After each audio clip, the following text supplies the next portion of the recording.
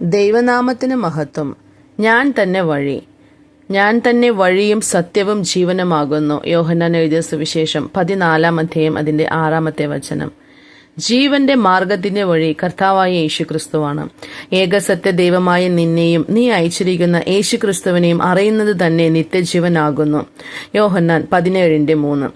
ഈ ജീവന്റെ മാർഗത്തിൽ 3 അംശങ്ങളെ നമുക്ക് കാണാം. എന്റെ ആത്മാവ് പാതാളത്തിൽ ഉപേക്ഷിക്കപ്പെടുന്നില്ല, എന്റെ ജഡം നാശം കാണും. 2. എന്റെ ആത്മാവ് പാതാളത്തിൽ ഉപേക്ഷിക്കപ്പെടും, എന്നാൽ എന്റെ ജഡം നാശം കാണുകയില്ല.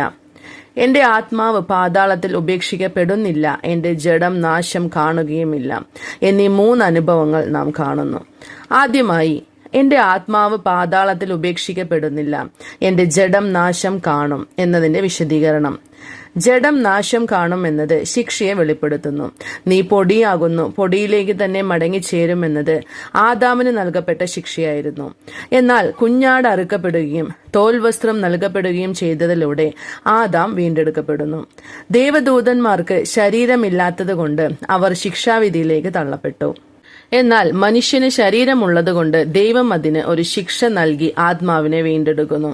ദൂതന്മാർക്ക് ന്യായവിധി ഉണ്ടായിരുന്നതുപോലെ മനുഷ്യന്റെ ആത്മാവിന് ന്യായവിധിയില്ല.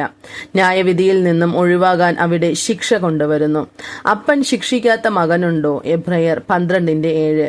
ശരീരത്തിൽ ഏറ്റുവാങ്ങുന്ന ശിക്ഷ ആത്മാവിനെ രക്ഷിക്കുന്നു. രണ്ടാമതായി, ആത്മാവ് പാതാളത്തിൽ ഉപേക്ഷിക്കപ്പെടും, ജഡം നാശം കാണുകയില്ല.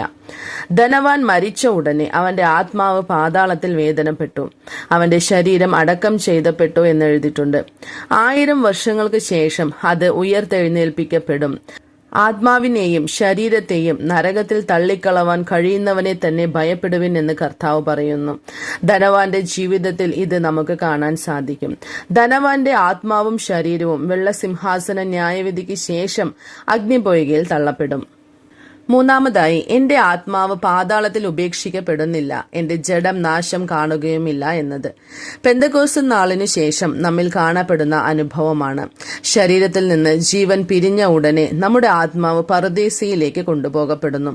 കർത്താവിന്റെ രഹസ്യവരവിൽ കാഹളം ധ്വനിക്കുമ്പോൾ ക്രിസ്തുവിൽ മരിച്ചവരുടെ ശരീരം ജീവനോടെ ഉയർത്തെഴുന്നേൽപ്പിക്കപ്പെടും. അതിനുശേഷം ജീവനോടെ ഇരിക്കുന്ന നാം മറുരൂപമാക്കപ്പെടും.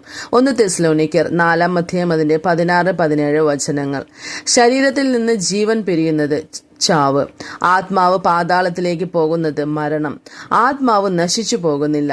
പാപത്തിന്റെ ശമ്പളം മരണമത്രയും. ഈ മരണം ആത്മാവിനോട് ബന്ധപ്പെട്ടിരിക്കുന്നു. ഈ മരണം നിത്യജീവന് എതിരാണ്. ഈ മരണം പാതാളത്തോടും ബന്ധപ്പെട്ടിരിക്കുന്നു. ഹേ മരണമേ, നിന്റെ ജയം എവിടെ? ഹേ മരണമേ, നിന്റെ വിഷമുള്ള എവിടെ? മരണത്തിന്റെയും പാതാളത്തിന്റെയും താക്കോൽ കർത്താവിന്റെ കയ്യിലുണ്ട്. വെളിപ്പാട് പുസ്തകം 1 അധ്യായം അതിന്റെ 18 വചനം. മണ്ണുകൊണ്ട് മനുഷ്യനെ ഉണ്ടാക്കി, അവർ മനുഷ്യനാണ്. മൂക്കിൽ ജീവശ്വാസം ഊതി, അത് ആദാം. 1ാമത്തെ ആദാം ജീവനുള്ള ആത്മാവായി തീർന്നു. 1 കൊരിന്ത്യർ 15 അധ്യായം അതിന്റെ 45 വചനം. 1ാം മനുഷ്യൻ ഭൂമിയിൽ നിന്ന് മണ്ണുകൊണ്ടുള്ളവൻ. 1 കൊരിന്ത്യർ 15 അധ്യായം 47.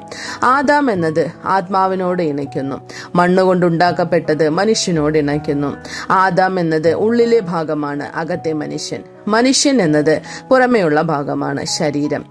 ആദാമിനെ ദൈവം തൂക്കിയെടുത്തു, എന്നാൽ മനുഷ്യൻ എന്ന ശരീരം മണ്ണിലേക്ക് മണ്ണായി പോയി. ഇവിടെ എന്റെ ആത്മാവ് പാതാളത്തിൽ ഉപേക്ഷിക്കപ്പെടുന്നില്ല, എന്റെ ജഡം നാശം കാണുകയുമില്ല എന്നത് ആത്മാവിലും നാം രക്ഷിക്കപ്പെടുന്നു, ശരീരത്തിലും ജീവനോടെ ഉയർത്തെഴുന്നേൽപ്പിക്കപ്പെട്ട് രക്ഷിക്കപ്പെടുന്നു എന്നതിനെ കാണിക്കുന്നു.